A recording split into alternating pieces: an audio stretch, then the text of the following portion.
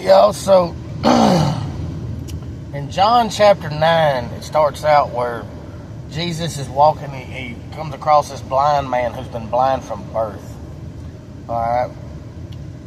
And his disciples asked him, they said, Rabbi, who sinned? Why is he blind? And Jesus tells them, or they said, who sinned? Was it him or his parents? And Jesus said, he didn't sin, and he's not blind because of his parents' sin. He said God made him blind. He chose him from birth, before birth. He chose this guy to be blind so that at some point in his life, God's power would be displayed through him. So Jesus heals this guy from blindness. And it was chosen, like it was already predestined to happen. So when God chooses you to lead someone to Him, when God uses you to go out and spread His word, when God uses you to serve and be His messenger, He knew who He was going to use before they were born. So that tells me that God loved me before I was ever born, man. Like He knew me. In the Bible it says He knew you before you were born. He handcrafted you, all right, intricately in the womb. I imagine you got the potter in the clay analogy and things like that. But I think of an engine, a vehicle engine, and all the parts have to be put together in such a way that one won't work without the other in a lot of cases. He strategically put us together, and not just physically, not just our bones, our blood, our veins, our muscle, the marrow inside the bones, your eyes, the veins in your eyes. If you've ever taken a picture of your inside of your eye or the backs of your eyes, or seen a picture of it when you went to an optometrist, man, it looks like outer space in your eyeball. Like, it's really cool. God created that. Not only did He create those things in you, He created the events that would take place in your life at some point or another where His power would be displayed through you. And it doesn't always look like a healing or a miracle or some supernatural thing. It could just be getting somebody off of drugs, helping somebody lose weight. It could be knowing you're down on your luck, you need a job, and boom, lands the right job in your lap, or boom, the vehicle you need, boom. You know, He's not gonna you don't pray for those things, but He knows what you need when you need it. And He has chosen those points of time in your life to make those things happen. So be in prayer, be of good faith, trust in the Lord. Our strength fails us daily. Our faith, our hopes, no matter what it is, it fails us daily. Something's going to come up, and it's something that's even going to take our mind off the Lord sometimes, you know. But He is faithful. He's always faithful. And He loves us enough to use us. And if you're sitting around thinking, oh man, nobody loves me, or what's my purpose in this world? I have no purpose. I had a friend of mine tell me that he didn't know what his purpose was in this world. He just wanted to die. And I've been there a couple of times, but I've never had somebody just come to me with it. Like, man, I'm feeling suicidal, man. I want to kill myself. And wasn't but a few days ago, a friend of mine came to me and they told me that. And I didn't want to leave them alone. Like, I wanted to sit outside with them until they got ready to go to bed. And honestly, I ain't never really wanted to do that for people until I started following the Lord.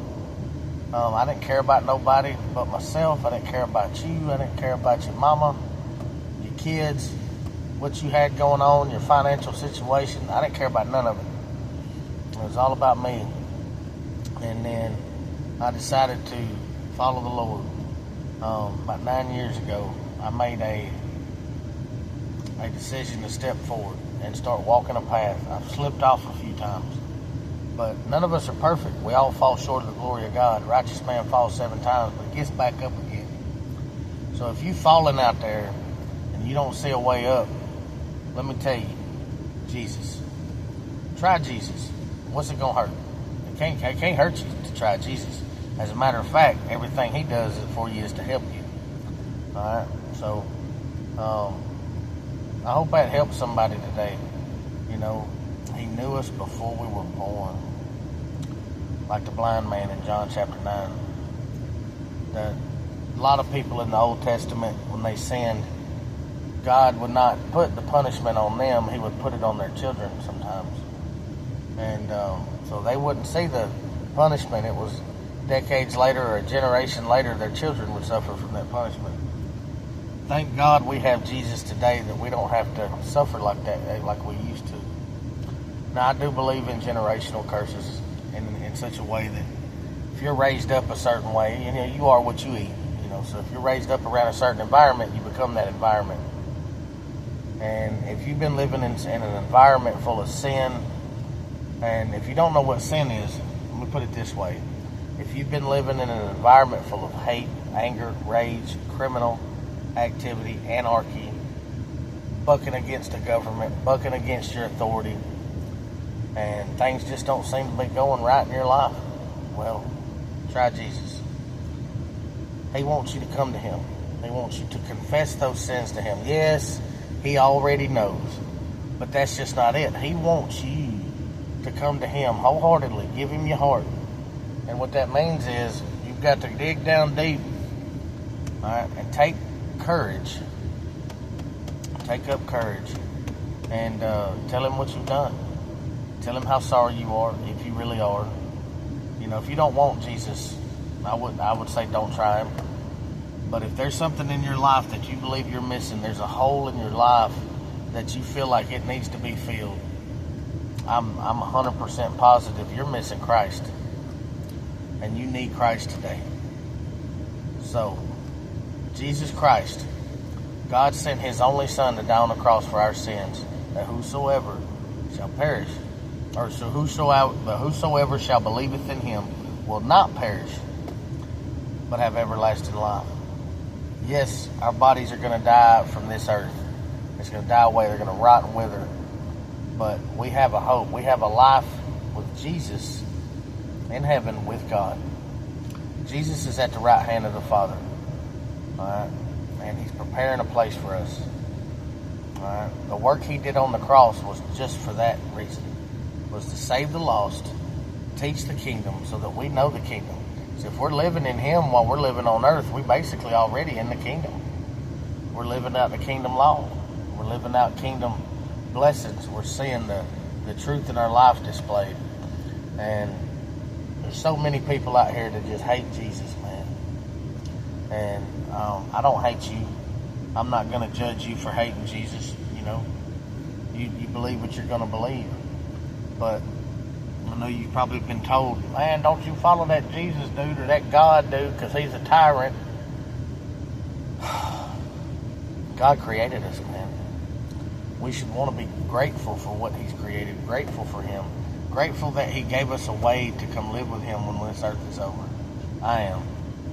So, you know, if you don't know who Jesus is, you need to get with somebody that needs to know. Now, if you live in America, chances are somewhere in your town there's a church. Chances are. Now, I live in the Bible Belt. I live down here in Alabama. How'd Forrest Gump say it? Alabama. Yep. And we have churches just about on every corner. And I'm so grateful that I walked into one day. I have experienced God in my life. And I know Jesus is real. All right. I know that his spirit guides us. And life is horrible without him. I'm so grateful that I serve a God who knew me and chose me for his glory before I was born. That at some point in my life, maybe multiple times of my life, he's used me for his glory, and he will continue to use me for his glory until this life is over.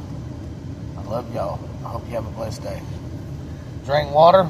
If you live in Alabama, it's hot out here, y'all. Drink you some water. All right. Alright, T, don't do it. Alright, them Gatorades, if you ain't out there sweating, it ain't doing nothing.